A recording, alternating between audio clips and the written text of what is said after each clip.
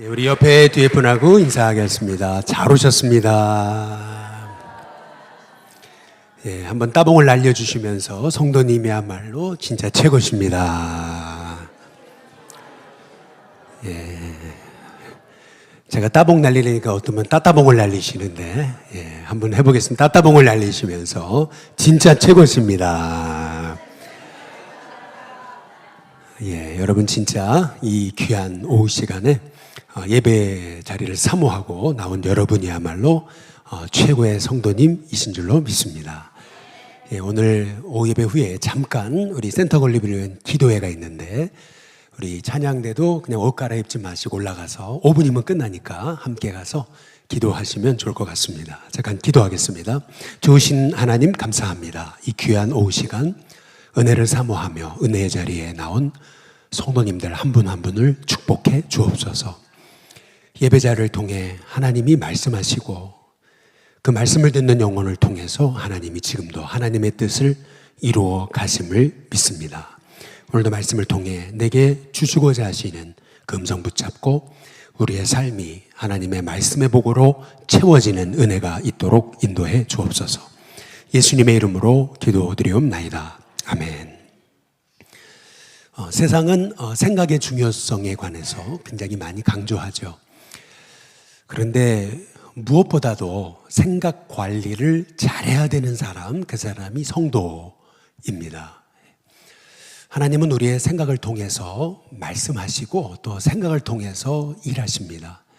그래서 성도야말로 우리의 생각이 하나님이 일하시는 통로가 돼야 되는 것이지요.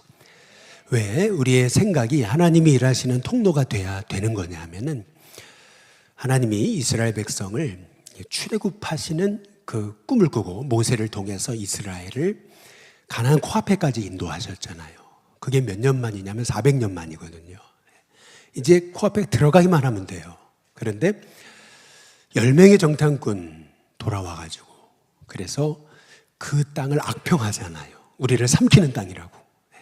그 한마디에 이 생각 한 번 잘못해가지고 2명 여호수아 갈렙은 아니다. 저들이 우리의 밥이다. 하나님 함께 하신다. 그랬음에도 불구하고 생각 한 번 잘못해가지고 그래서 하나님의 뜻이 40년 늦춰지는 거예요. 660만에 그냥 60만에 그 이스라엘 백성들 출애굽한 이스라엘 백성들이요 못 들어가잖아요. 가나안에. 이 생각 한 번 잘못한 결과인 거죠. 그러니까 성경은 우리에게 이 생각이 하나님이 일하시는 통로가 돼야 된다. 끊임없이 우리에게 말씀하고 계세요. 우리의 생각이 하나님이 일하시는 통로가 되려면 어떻게 되는가?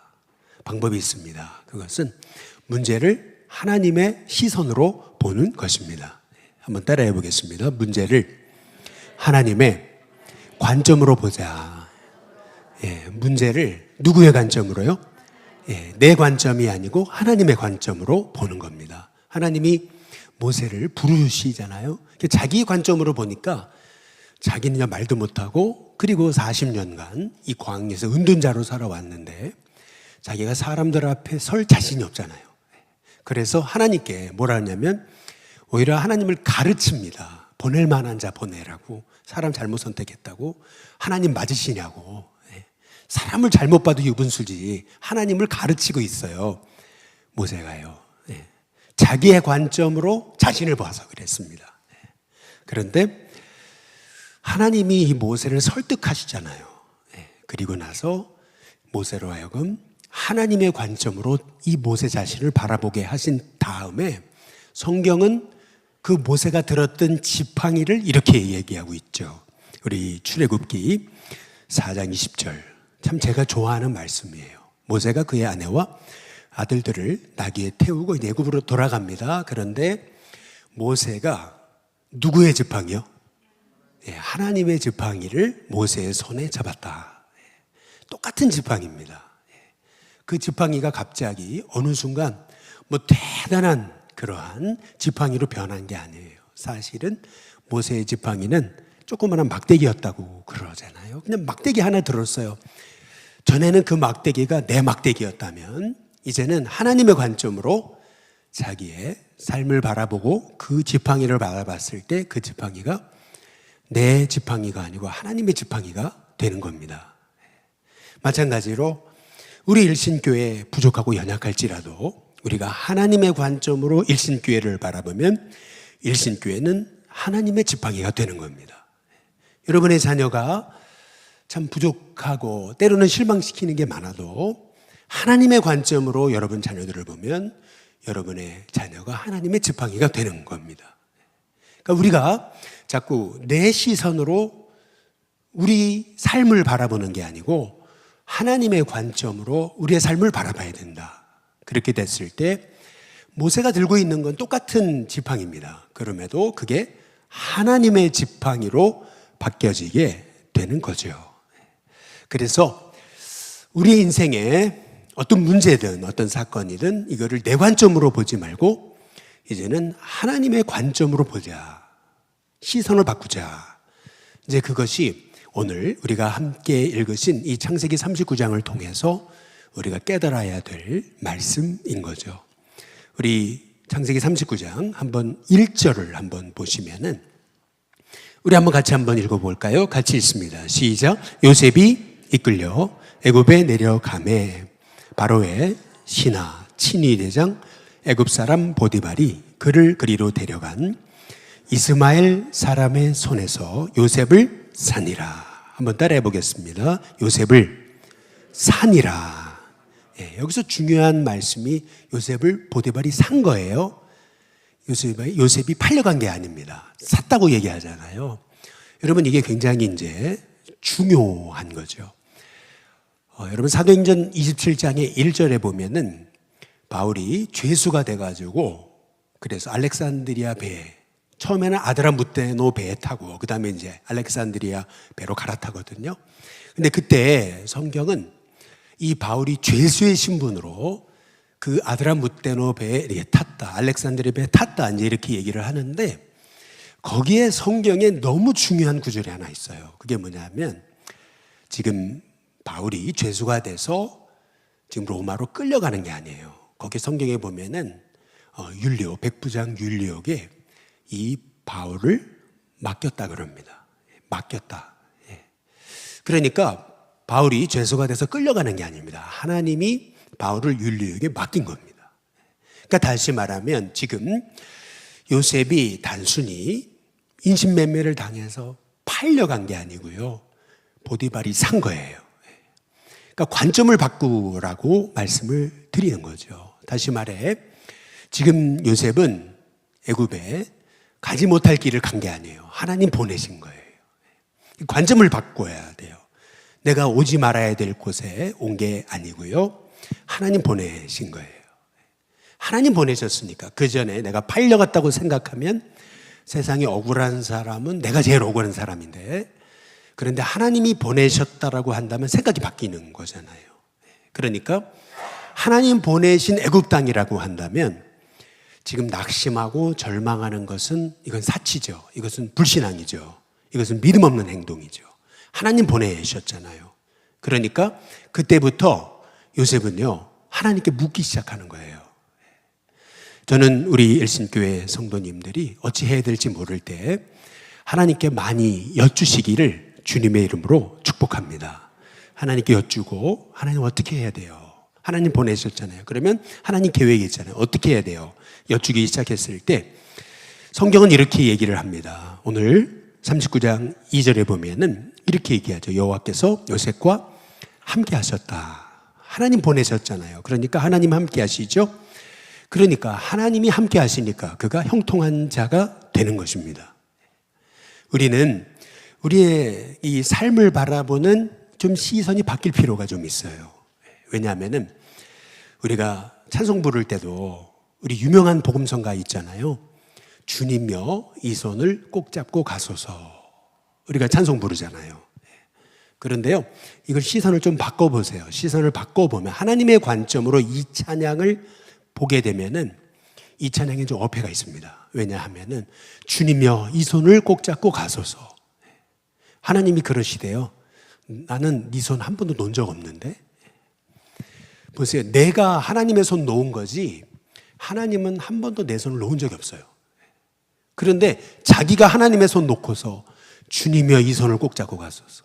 꼭 주님이 놓으시는 것처럼. 그러니까 관점을 바꾸라는 거예요. 내 관점으로 봤을 때는 하나님이 하나님의 손, 나를 향한 손 놓고 계시는 거라고 우리는 보게 되는 거예요. 문제만 오면 하나님이 꼭 내 손 놓으신 것처럼. 그런데 하나님은 아니에요. 하나님은 항상 우리의 손, 우리를 붙잡는 손, 하나님 절대 놓으시는 법이 없습니다. 여러분, 그래서 우리는요, 관점을 조금 바꿀 필요가 있습니다. 내 관점으로 내 인생에 벌어지는 일을 볼 것이 아니고 하나님의 관점으로 내 삶을 바라보는 거예요. 그러면은요, 주님여 이 손을 꼭 잡고 가소서가 아니에요. 하나님은 날 향한 손 한 번도 놓지 않으셨어요. 내가 그 손 놓았을 뿐이지. 그러니까 여러분, 우리가 조금 시선을 바꿀 필요가 있다는 거예요. 시선을 바꾸기 시작하면요, 내 인생의 문제도 하나님의 계획이 되는 줄로 믿습니다. 요셉이 애굽에 끌려온 게 아니잖아요. 하나님 보내신 거잖아요. 거기에서 고난과 어려움이 있었지만 그것은 요셉을 통해서 이스라엘과 또한 애굽을 살리시려고 하나님이 요셉을 애굽으로 보내신 게 맞잖아요. 그렇다면은 우리가 좀 시선을, 관점을 바꾸자. 내 인생에 벌어지는 문제를 내 시선으로 보지 말고 하나님의 시선으로 보자는 거죠. 그렇게 될 때 저와 여러분의 인생이 고달픈 인생이 아니고 오히려 고달프게 여겨졌던 그 인생이 하나님의 계획으로 바뀌어지는 은혜가 있게 될 줄로 믿습니다. 그런데 실은요, 요셉의 인생에서, 한참 잘 나가던 요셉의 인생에서 가장 큰 위기는 언제였을까? 요셉이 노예로 끌려왔을 그 순간, 여러분, 그때가 아닙니다. 실은 요셉의 인생에서 진짜 하나님의 관점으로 자기의 삶을 바라봐야 되는 시점, 그 시점은 언제였는 거냐면요, 요셉이 보디발의 아내에게 유혹을 받아가지고 그걸 뿌리치고 결국 감옥에 들어갔던 그 순간, 그 순간이야말로 요셉이 하나님의 관점으로 자기의 어려움을 바라봐야 될 시점이었던 거예요. 이게 왜 이렇게 중요한 거냐면, 요셉이 17세 소년이었을 때 형들에게 미움받아서 결국 애굽에 가게 된 거잖아요. 그리고 나서 30세가 됐을 때 바로를 만나잖아요. 그간 13년이 흐른 거거든요. 근데 우리가 성경을 통해 잘 아시다시피 요셉이 술 맡은 관원장의 꿈을 해석해 주면서 이제 좀 자기 인생의 문제가 풀릴 줄 알고 나 좀 봐달라 그랬는데 술 맡은 관원장이 요셉을 잊어버리잖아요. 그게 2년이었어요. 그러니까 요셉이 감옥에 들어갔던 시점이 언제일까? 계산을 해보면 정확하게 언젠지는 모르지만 최소 아마 요셉이 애굽에 간 지 한 10년쯤 됐을 때였던 것을 볼 수가 있어요. 애굽에 간 한 10년쯤 됐다라는 것을 의미하는 건 뭘 의미하는 거냐면, 이제는 요셉은요, 말 한마디만 하면 이제 모든 게 자기 뜻대로 되던 그런 시절인 거예요. 보디발도 요셉을 인정하기 시작했잖아요. 노예긴 하지만 이제 좀 뭔가 쨍하고 해틀 날 올 것 같은 그러한 상황이었던 거죠.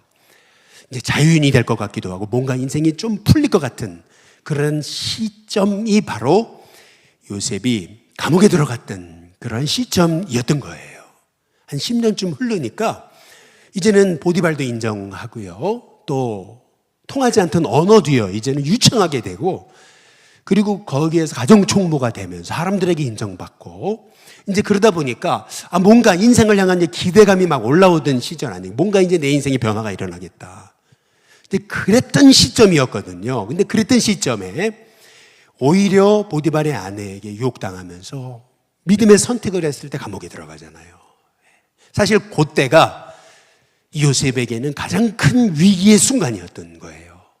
여러분, 엘리야가 하나님의 음성을 쫓아가지고요, 그 이스라엘 땅에 가뭄이 왔을 때 3년 동안 철저히 하나님의 인도를 받잖아요. 그리고 나서 하나님의 인도에 따라서요, 아합 왕과 전면 대결을 하잖아요. 그 이방 선지자 850대 1로 영적 대결을 하잖아요. 정말 보란 듯이 하늘에서 불을 떨어뜨려 가지고 그래서 하나님의 기적을 보이잖아요. 그런데 그러고 나서 엘리야가요 한순간에 곤두박질하거든요. 아니 이 이세벨이 말이에요 그냥 말로 협박 한번 했을 뿐인데 이 엘리야는요 완전히 기가 죽어버려 가지고 그냥 도망쳐서 완전히 이스라엘 남단으로 도망가서 이 엘리야가 했던 게 뭐예요? 날 죽여달라고 죽고 싶다 그러잖아요. 꼭 우울증 환자처럼 그렇게 엘리야가 돌변하거든요. 여러분 왜 엘리야가 아니 그렇게 850대 1로 선지자들과 싸워서 승리했던 엘리야가 아니 그 용맹함은 어디로 가고 갑자기 이 이세벨이 한 번 위협했을 뿐인데 왜 엘리야가 그렇게 절망했을까?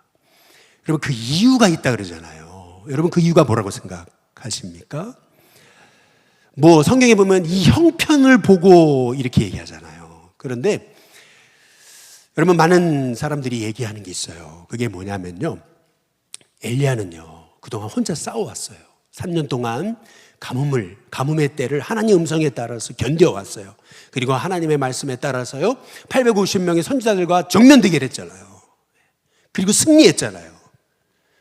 딱 그러고 나니까요 이 엘리야가요 기대감이 막 그래 이제 뭔가 변화가 일어나겠지 이제 이 이스라엘 땅에 영적 부흥이 올 거야 막 그렇게 생각을 했던 거거든요. 막 기대감이 충만한데 갑자기 이세벨이 너도 그렇게 죽는 줄 알아 이 한마디를 했는데 그 엘리야가요 한순간에 기대감이 무너진 거예요. 바뀐 게 하나도 없네. 달라지는 게 하나도 없네.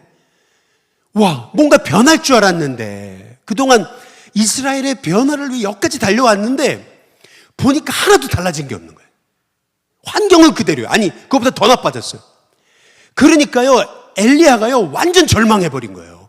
그래 아무리 몸부림쳐도 소용없다. 아무리 노력해도 소용없다. 이 땅은 안 바뀐다. 그래서 엘리야가 그렇게 절망한 거라는 거예요. 똑같아요 여러분. 요셉도 똑같아요. 요셉도 한 10년 정도 보디발의 집에서 그렇게 열심히 살았어요. 그렇게 애쓰며 살았어요. 그런데 보디발의 아내가 유혹한 그것 때문에 그것도 말씀대로 했는데 그 결과가 뭐냐 하면은 감옥에 들어가는 거잖아요. 누명 쓰고. 그러니까 요셉에게 있어서는요 그동안 10년 동안 그래도 뭔가 변화가 일어나겠지 내 삶에 꿈꾸면서 기대감을 갖고 있던 그 기대감이 한순간에 무너지는 거예요.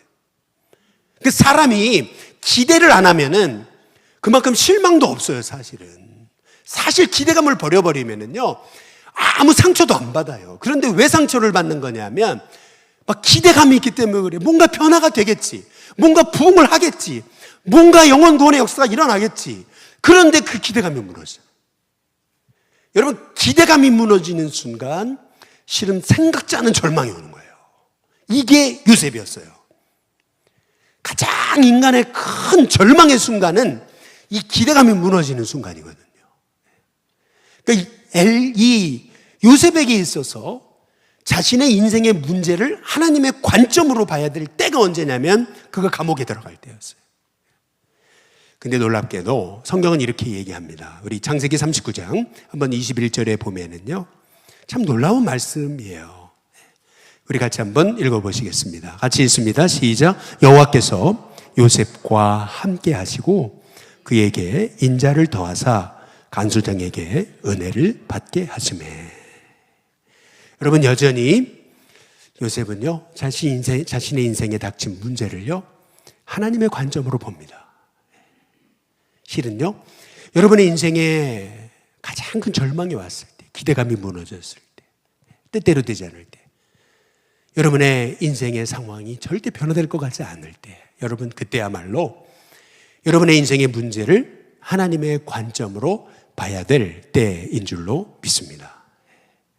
그렇게 될 때 실은 내 관점으로 보면 더 이상 이 문제를 해결할 길이 없어요. 그러나 하나님의 관점으로 보니까요 그 가장 어두웠던 감옥의 2년의 세월 그 세월은요 하나님의 시계가 째깍 움직이는 시간이었어요. 하나님이 가장 좋은 거를 요셉을 위해 준비하는 시간이었죠. 여러분, 우리에게 이런 은혜의 눈이 열려지기 위해 성도는 생각 관리를 잘해야 되는데, 이 생각을 관리하는 방법, 그것은 뭐냐면 문제를 내 관점이 아니고 하나님의 관점으로 보기 시작해야 된다는 겁니다. 그런 은혜가 저와 여러분 가운데 있게 되시기를 주님의 이름으로 축복합니다. 여러분, 새 중에 새를 독수리라 그러지만, 그러나 이 독수리보다 더 새 중에 새가 있다잖아요. 그게 알바트로스라고 그러죠. 이 알바트로스라고 하는 새는요, 바람만 불어주면은요, 수십 시간을 날개짓 한 번 안 하고 날아간대잖아요. 어느 정도 날아가는 거냐면, 그냥 한 번 날기 시작하면 5,000km를 날아가 버린대잖아요. 정말 상상할 수 없는 그런 엄청난 그런 저력을 가진 그런 새가 알바트로스라고 그러지 않아요? 그런데 이 알바트로스는요, 물 위에다가 알을 낳는다 그러죠. 제일 좋아하는 존재가 이제 바다 표범이라 그러죠. 딱 알을 낳으면요, 기다렸다가 딱 이제 새끼가 부화를 하면, 그러면 바로 달려와가지고 먹어버리는 게 이제 바다 표범이라 그러죠. 그런데 그 위기의 순간을 벗어나서 펄럭펄럭 하면서 비상하는 그러한 알바트로스 새끼들이 있다는 거예요. 여러분, 우리의 인생도요, 문제가 있어도 문제를 뛰어넘어서 비상해야 되는데, 우리가 비상하는 방법은 뭐냐면은, 우리 인생의 문제를 만났을 때 이거를 내 관점으로 보는 게 아니고 이제 하나님의 관점으로 보기 시작해야 되는 겁니다. 하나님의 관점으로. 그렇게 됐을 때 요셉에게 있어서 가장 어둡고 절망적인 그 시간은 오히려 하나님의 그 시계가 째깍째깍 움직여지는 그러한 하나님의 그 시간표가 완성되는 시간이었던 것처럼, 바로 저와 여러분의 인생에도 이 생각이 하나님과 통해야 되는데, 하나님과 통하려면 내 관점으로 하나님을 바라보는 것이 아니고 하나님의 관점으로 내 인생의 문제를 바라봐야 된다. 그렇게 됐을 때 여러분의 삶에 있는 문제도 문제가 아니고 하나님의 계획이 되는 은혜가 있게 될 줄로 믿습니다. 여러분의 인생에 어떤 어려움이 와도 내 관점으로 보지 마십시오. 하나님의 관점으로 보십시오. 그때 하나님의 음성을 들을 수 있는 저와 여러분이 될 수 있게 되시기를 되게 될 줄로 믿습니다.